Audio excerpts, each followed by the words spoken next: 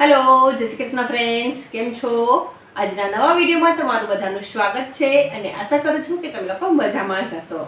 અને હા, આજથી ચૈત્ર નવરાત્રિ સ્ટાર્ટ થાય છે, તો તમને બધાને ચૈત્ર નવરાત્રિની બહુ જ શુભકામના.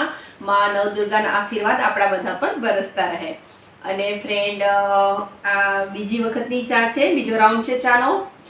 સવારના થોડું એડિટિંગનું કામ હતું, પ્લસ ઝીણા મોટા ઘણા કામ હતા, તો તે ખતમ થઈ ગયા છે. બસ હવે મારે ખાલી કચરા પોતા કરવાના છે, નાઈને માતાજીની પૂજા કરવાની છે.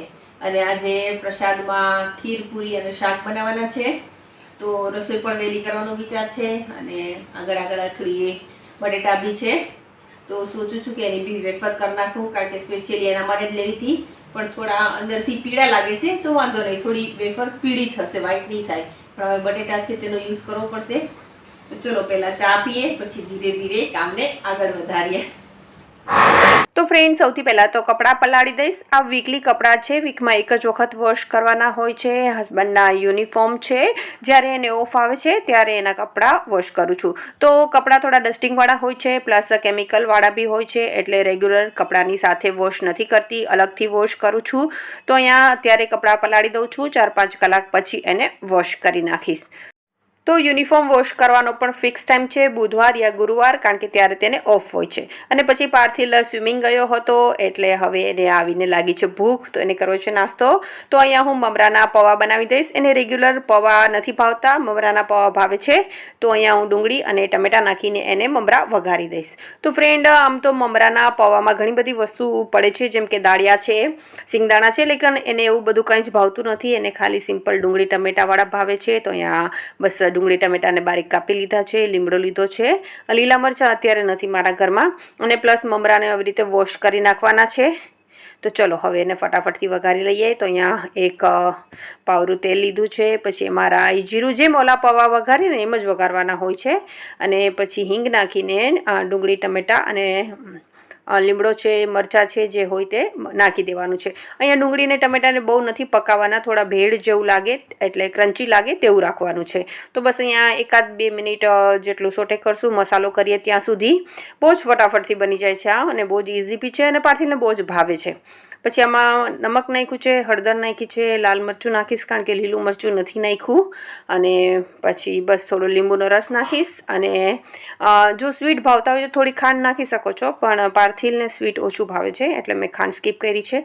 અને પછી એમાં નાખી દેવાના છે મમરા, અને બધું મિક્સ કરી દેવાનું છે. બસ ધાણાભાજી થોડી જો ભાવતી હોય છોકરાઓને તો નાખી શકો છો. અને બસ જો અહીંયા પૌવા રેડી છે, તો હવે એને દઈ દઈશ. તો ડુંગળી ટમેટા છે ને થોડા કાચા પાકા રાખવાના છે, એટલે થોડા ક્રન્ચીનેસ એની સારી લાગે. અને પછી અહીંયા પાછી લાગી ગઈ છું મારા કામે. તો જ્યારે બધા ઘરે હોય ને ત્યારે એક પછી એક બધાનું કંઈક ને કંઈક ચાલતું જ હોય છે, એટલે કે કામ રેગ્યુલર નથી થતું. જો મેં કપડાં પલાળ્યા, પછી પાર્થિલને ભૂખ લાગી તો એના માટે નાસ્તો બનાવ્યો. અને જ્યાં અહીંયા હું કચરા કાઢું છું ત્યાં તો હસબન્ડ બી ઉઠી ગયા છે, તો એને બી ચા બનાવીશ, નાસ્તો દઈશ. તો કન્ટિન્યુ કામ નથી થતું, કટકે થાય છે. તો બસ અહીંયા કચરો નીકાળીને હસબન્ડ માટે ચા મૂકી દઈશ. તો આ મારી ત્રીજી વખતની ચા થશે, કારણ કે જેટલી વખત ઘરમાં ચા થાય છે ને એટલી વખત હું થોડી ચા પીવું જ છું. તો ચલો પહેલાં ચા પી લઈએ, એટલે પાછી કામ કરવાની એક ટ્રેન્ડ છે તેને પુશ લાગી જાય. અને પછી બસ અહીંયા જો મેં બધા વાસણ કરી દીધા છે, કારણ કે પાર્થિલનો નાસ્તો બનાવ્યો, પ્લસ ચા બનાવી, અને થોડા ઝીણા મોટા સવારના વાસણ હતા તે બધા સાફ કરી દઈશ. આજે મોટું તગારું છે એલ્યુમિનિયમનું, તે મારી મમ્મીએ કપડાં દઈને લીધેલું હતું.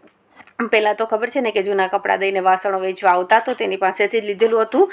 અને જ્યારે એને મને આપ્યું ને ત્યારે તો મને એમ થયું કે આનું શું કામ લાગશે, પણ અત્યારે એટલું કામ લાગે છે, યુઝફુલ લાગે છે રિયલી. એક તો એ પોળું છે, એટલે બધી વસ્તુઓ સુકાવવા માટે બહુ જ યુઝફુલ થાય છે. અને ક્યારેક વધારે તમારે ગેસ્ટ આવ્યા હોય અને લોટ કે બાંધવો હોય તો પણ તમે ઇઝીલી એમાં બાંધી શકો છો. તો હું આને ગેસ ઉપર નથી ચડાવતી, એમાં વઘાર કે નથી કરતી, કારણ કે મને બહુ જ ગમે છે. અને ગેસ ઉપર ચડાવવાથી કદાચ એ કાળું થઈ જાય, એટલે હું એને એવી રીતે ડ્રાય વસ્તુ માટે જ યુઝ કરું છું. અને ફ્રેન્ડ, પછી અહીંયા થોડી ટાઇલ્સ ગંદી થઈ ગઈ હતી, તો તે ક્લીન કરી નાખી છે. કંપની ક્વાર્ટર છે, એટલે જે પ્લેટફોર્મ છે તે સિમેન્ટનું છે, એટલે પાણીને લીધે કાળું થતું હોય છે, એટલે 15-20 દિવસે થોડું ઘસવું જ પડતું હોય છે. હવે હું પોતું મારીશ, પણ એની પહેલાં મારે વોશ બેસિન ક્લીન કરવાનું છે, તો વોશ બેસિનને સાફ કરી દઈશ. તો ફ્રેન્ડ, અહીંયા મારા ઘરમાં 2 વોશ બેસિન છે અને બેયને હું અઠવાડિયામાં 2 વખત જ ક્લીન કરું છું અને એનો પણ ફિક્સ ટાઈમ છે. બધું કામ એકી સાથે નથી નીકળતી. તો બસ આજે અહીંયા વોશ બેસિન સાફ કરવાનો ટાઈમ છે, તો તેને ક્લીન કરી દઈશ અને બસ પછી હવે પોતું લગાવીશ. તો ફ્રેન્ડ, કંપની ક્વાર્ટર છે એટલે થોડું થોડું તમને દેખાશે, ટાઇલ્સ તૂટેલી છે અને પ્લસ આ જે ક્વાર્ટર છે ને તે 25 વર્ષ જૂના છે એટલે થોડું તૂટફાટ થતી હોય છે. તો સામે જ્યાં ટાઇલ્સ નીકળી જાય છે ત્યાં એ લોકો વ્હાઇટ સિમેન્ટ લગાવી દેતા હોય છે, એટલે થોડું એવી નાની મોટી વસ્તુઓ એડજસ્ટ કરવી જ પડે છે જ્યારે તમે કંપની ક્વાર્ટરમાં રહ્યો છો.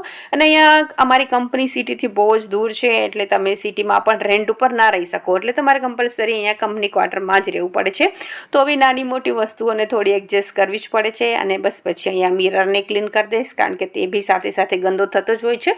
મોસ્ટલી સવારે બધા બ્રશ અહીંયા જ કરે છે. અને બસ હવે પોતું મારીશ. તો એક કોમેન્ટ મને આવી હતી કે તમે કિચનની જે બેઝિન છે તેમાં પાણી કેવી રીતે ભરો છો, તો એમાં એક આવી નાની ડીશ આવે છે, તેને તમે પ્રેસ કરી દેશો તો તેમાં તમે પાણી ભરી શકો છો. તો હું ઘણી વખત અહીંયા પણ પોતું મારું છું. તો બસ આજે કિચનમાં જ પોતું મારીશ. તો ફ્રેન્ડ, અહીંયા બસ મેં સાબુ નાખી દીધો છે પાણીમાં અને મોપથી પોતું મારી દઈશ. કિચનમાં પોતું મારવા ટાઈમે મારે મોપને હાથેથી રિન્સ કરવું પડે છે, અધરવાઇઝ જ્યારે હું મોપની જે બકેટ છે તેનાથી કરું તો તેની મેળે થઈ જાય છે. બસ આટલો ડિફરન્સ છે, પણ આમાં પાણી વધારે સમાય છે વોશ બેઝિનમાં. તો મને એમ થાય છે કે હું અહીંયા બેઝિનમાં જ પાણી ભરીને પોતું મારું, કારણ કે વધારે પાણી હોય તો હમણાં ધૂળ મીઠી વધારે ઉડે છે, તો થોડું વ્યવસ્થિત પોતું થાય. તો બસ અહીંયા બધી જગ્યાએ ઘરમાં પોતું મારી અને હવે પછી હું જઈશ નાવા અને ભગવાનજીની પૂજા કરીશ. અને આજે ફર્સ્ટ નવરાત્રિ છે, તો મારે ભોગ લગાવવાનો છે ખીર પૂરીને શાકનો, કારણ કે પછી ટાઈમ મળે ના મળે. નવરાત્રિમાં એક વખત હું ભોગ લગાવું છું, ટાઈમ મળશે આગળ તો પછી બીજી વખત પણ લગાવી દઈશ, પણ આપણે લેડીઝે ઘણું બધું જોવું પડતું હોય છે. એટલે બસ અહીંયા નાઈને ભગવાનજીના દીવાબત્તી કરી લીધા છે. મારી જે રેગ્યુલર પૂજા છે તે થઈ ગઈ છે. અને ફ્રેન્ડ, જો આ સાબુદાણાની ચકરી છે, ઘણી સુકાઈ ગઈ છે, મીન્સ કે 80% સુકાઈ ગઈ છે. હવે એને મૂકીશ તડકામાં. ઉપર તો મંકી આવે છે એટલે ઉપર નથી મૂકતી ઘરમાં, અને બહાર અહીંયા તડકો આવે છે 2-3 કલાક, તો ત્યાં જ સુકાવું છું. એટલે થોડી સુકાતા વાર લાગે છે, ટાઈમ લાગે છે. તો બસ અહીંયા મેં એને તડકે મૂકી દીધી છે અને હવે જઈશ સીધી કિચનમાં રસોઈ બનાવીશ. તો ફ્રેન્ડ, ખીર માટે મેં ભાત પલાળી દીધા હતા. ખીર હું કુકરમાં જ બનાવું છું, બહુ જ ફટાફટ બની જાય છે. તો અહીંયા ભાત મૂકી દઈશ ને પ્લસ આજે શાક બનવાનું છે ચણા બટેટાનું, તો તેને પણ બાફવા માટે મૂકી દઈશ. અને હવે દૂધમાંથી મલાઈ કાઢી લઈશ અને એ દૂધની ખીર બનાવી લઈશ. તો અહીંયા દૂધની બી પ્રોબ્લેમ થાય છે, એટલે જ્યાં સુધી બીજું દૂધ ન આવે ત્યાં સુધી હું આગળનું દૂધ વાપરતી નથી. તો ફ્રેન્ડ, હવે આજે કાલનું દૂધ છે એમાંથી બધી ખીર બનાવી દઈશ મલાઈ નીકાળીને. અને આમ હું અલગ અલગ દૂધ લઉં છું, તાજા અને છૂટું. પણ હમણાં વેકેશન છે, પબ્લિક ઓછી છે એટલે દૂધ પણ ઓછું આવે છે, એટલે જે વધારે દૂધ હોય તે દૂધવાળા આપી દેતા હોય છે. તો ફ્રેન્ડ, બસ અહીંયા શાક બની ગયું છે ચણા બટેટાનું અને ખીર પણ બની ગઈ છે. બસ ડ્રાયફ્રૂટ્સ નાખી દઈશ અને હવે બનાવી લઈશ પૂરી અને પછી ભોગ લગાવી દઈશ. તો જ્યારે ભોગ લગાવવાનો હોય ત્યારે મારી ટ્રાય હોય છે કે રસોઈ વહેલી થઈ જાય, કારણ કે ભગવાનજીને વહેલો ભોગ લાગી જાય. તો ચલો બસ અહીંયા ભોગ લગાવી દઈએ અને લંચ કરી લઈએ.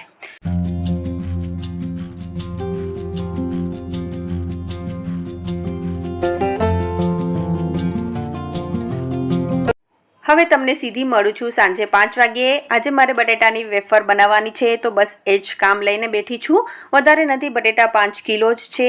પણ જ્યારે પણ મારે બટેટાની ચિપ્સ બનાવવાની હોય ત્યારે 2-3 કલાક પહેલાં હું બટેટાની ચિપ્સ બનાવીને એને પાણીમાં ડીપ કરીને રાખું છું. તેનાથી બટેટાનો જે એક્સ્ટ્રા સ્ટાર્ચ હોય છે તે નીકળી જાય છે. તો ફ્રેન્ડ, અહીંયા બધા બટેટા મેં પીલ ઓફ કરી દીધા છે. હવે બટેટાની ચિપ્સ બનાવશે મારા હસબન્ડ, કારણ કે આ જે મશીન છે તે બહુ જ શાર્પ છે. અને આદુમાંથી જ્યારે મેં સૂટ બનાવી હતી ત્યારે એની ચિપ્સ કરતાં મારો હાથ કટ થઈ ગયો હતો અને કટ બહુ જ શાર્પ હતો, અને 3-4 દિવસ માટે કંઈ કામ જ નહોતું થતું. તો મારા હસબન્ડે કીધું આ વખતે તું રહેવા દે, કારણ કે માંડ મળ્યું છે, બહુ જ ઊંડો ઘા થયો હતો અને હજી નિશાન તો છે જ એનું. તો ચિપ્સ બધી હસબન્ડે બનાવી છે, જો કેટલી મસ્ત પતલી થઈ છે, થોડી પીળી તો છે જ. અને જો ફ્રેન્ડ, વાતાવરણે એકદમ પલટો માર્યો છે. 5:30 વાગ્યાનો ટાઈમ થયો છે, પણ તમે જોઈ શકો છો એકદમ વરસાદ જેવું વાતાવરણ થઈ ગયું છે. અને થોડી વારમાં તો એકદમ પવન સાથે વરસાદ પણ ચાલુ થઈ ગયો. લગભગ મોસ્ટલી આખા ગુજરાતમાં જ બધી જગ્યાએ જ હતું. 2 થી 3 કલાક કન્ટિન્યુ વરસાદ આવ્યો હતો અને તમે જોઈ શકો છો ચોમાસા જેવા જ વાદળા આવી ગયા હતા. અને ફ્રેન્ડ પછી સીધી હું તમને મળું છું 9:30. આજનું જે ડિનર હતું તે બપોરનું જ હતું. શાક, ખીર અને પૂરીની જગ્યાએ અત્યારે હતા થેપલા. તો બસ અહીંયા ડિનર કરી અને વેફરનું કામ ચાલુ કરી દીધું છે. સૌથી પહેલાં તો અહીંયા ચિપ્સને 3 થી 4 વખત સરખી રીતે વોશ કરવાની છે. લાસ્ટ 2 વર્ષથી મારી બટેટાની ચિપ્સ બગડે જ છે. બટેટા સુકાવું અને બીજા દિવસે તે ચિપ્સ કાળી પડવા માંડતી હોય છે અને ફ્રાય કરીએ એટલે તો એકદમ લાલ ને કાળી થઈ જતી હોય છે. કારણ કે જે બટેટા છે તે કોલ્ડ સ્ટોરેજવાળા આવતા હતા. કોલ્ડ સ્ટોરેજમાં જે સ્ટોર કરીને રાખે છે તે બટેટા ચિપ્સ માટે અમારે આવી જતા હતા. તો એના લીધે ચિપ્સ બગડતી હતી. તો આ વખતે તો મન તો નહોતું કે નથી કરવી, પણ તો બી 5 કિલોની હું ટ્રાય કરું છું કે આઈ હોપ સો કે આ વખતે તો મેં સરખી રીતે જોઈને લીધા છે અને ચિપ્સ મારી સારી બને. તો અત્યાર સુધી તો એવું લાગે છે કે સારી બનશે. બટેટા પીળા છે એટલે મને થોડો ડાઉટ હતો કે જૂના ન હોય, કોલ્ડ સ્ટોરેજવાળા ના હોય, પણ હવે જોઈએ કે આગળ શું થાય છે. અને પ્લસ કે આજે વરસાદ પણ આવી ગયો છે. તો વરસાદ તો જો કે કાલ તો તડકો નીકળશે જ, 1 દિવસ માટેનો જ છે. પણ બસ ચિપ્સ કાઢી ના પડે તો બસ અહીંયા મેં પાણીમાં નમક નાખ્યું છે અને ફટકડી નાખી છે. ફટકડી નાખવાથી ચિપ્સ વ્હાઈટ થાય છે. અને પછી બસ અહીંયા 3 થી 4 મિનિટમાં તો ચિપ્સ બોઇલ થઈ જાય છે. તો ચિપ્સને આવી રીતે બોઇલ કરી લીધી છે. તો પહેલાં બધી ચિપ્સ બોઇલ કરી લઈશ અને પછી આરામથી સુકવીશ. વધારે તો નથી, ફટાફટથી થઈ જશે. તો ફ્રેન્ડ, ટાઉનશીપમાં રહેવાના ફાયદા પણ છે અને ગેરફાયદા પણ છે. અહીંયા વાતાવરણ બહુ જ શાંત છે, સેફટી પણ બહુ જ છે, બિલકુલ ઘોંઘાટ નથી ને એકદમ શાંતિની લાઈફ છે. પણ અમુક વસ્તુઓ જ્યારે મળે નહીં ત્યારે એમ થાય કે સિટી હોત તો સારું હોત, કારણ કે ઓપ્શન વધારે મળે કોઈ પણ વસ્તુ લેવાના તમને. તો બસ અહીંયા પાર્થિલ બી મારી હેલ્પ કરે છે અને હસબન્ડને નાઇટ શિફ્ટ ડ્યુટી છે, જવાનો ટાઈમ થઈ ગયો છે. તો બસ હસબન્ડ નીકળ્યા છે, રેનકોટ લઈને જ નીકળ્યા છે. અત્યારે સ્પેશિયલી બોક્સ બેડ ખોલીને મેં રેનકોટ પણ નીકાળ્યો છે, કારણ કે વરસાદ આવી શકે. પ્લાન્ટ 3 કિલોમીટર અહીંથી થાય છે, તો સ્કૂટર લઈને જાય એટલે રેનકોટ પણ સાથે દીધો છે. અને બસ અહીંયા ફટાફટથી હવે મિશન ચિપ્સ ચાલુ થઈ ગયું છે. તો ફ્રેન્ડ, ચિપ્સ, વેફર, પાપડ એ બધું હું મોસ્ટલી રાત્રે જ બનાવું છું, કારણ કે ઘરમાં જ સુકવવાનું હોય છે. તો રાત્રે બનાવીને આખી રાત ફેન ચાલુ રાખું તો સવારે તે ઘણી સુકાઈ ગઈ હોય છે અને પછી બાલ્કનીમાં યા ઘરમાં જ સુકાવવાની હોય છે, તો ઇઝીલી એને મેનેજ કરી શકાય છે. તો ફ્રેન્ડ, સૌથી પહેલાં તો મેં બધી ચિપ્સને બોઇલ કરી અને ચાદર ઉપર છૂટી કરી દીધી છે, એટલે ઠંડી પણ થઈ જાય ને પ્લસ એનું જે એક્સ્ટ્રા પાણી છે તે ઓબ્ઝર્વ પણ થઈ જાય. અને પછી એને છૂટી સૂકવી દઈશ. ટેરેસ ઉપર મંકીનો ડર હોય છે એટલે હું બિલકુલ બી કાંઈ વસ્તુ ટેરેસ ઉપર સુકાવતી નથી ઘરમાં, અને પ્લસ બાલ્કનીમાં જે 3-4 કલાક તડકો આવે છે ત્યાં જ સુકાવું છું. તો ચાલો ફ્રેન્ડ્સ, વેફર બની ગઈ છે. હવે આજનો વિડીયો અહીં પૂરો કરું છું. અને હા, આજે બહુ જ વરસાદ આવ્યો હતો અને પવન પણ બહુ જ હતો. તો તમારે ત્યાં પણ હશે, કારણ કે આખા ગુજરાતમાં હતો. આઈ હોપ કે કાલે તડકો નીકળે. આજે વેફર બનાવી છે. તો ચલો, આજનો વિડીયો અહીં પૂરો કરું છું. ફરી પાછા મળીશું નવા વિડીયોમાં નવી સ્ટોરી સાથે. ત્યાં સુધી bye, take care, thank you.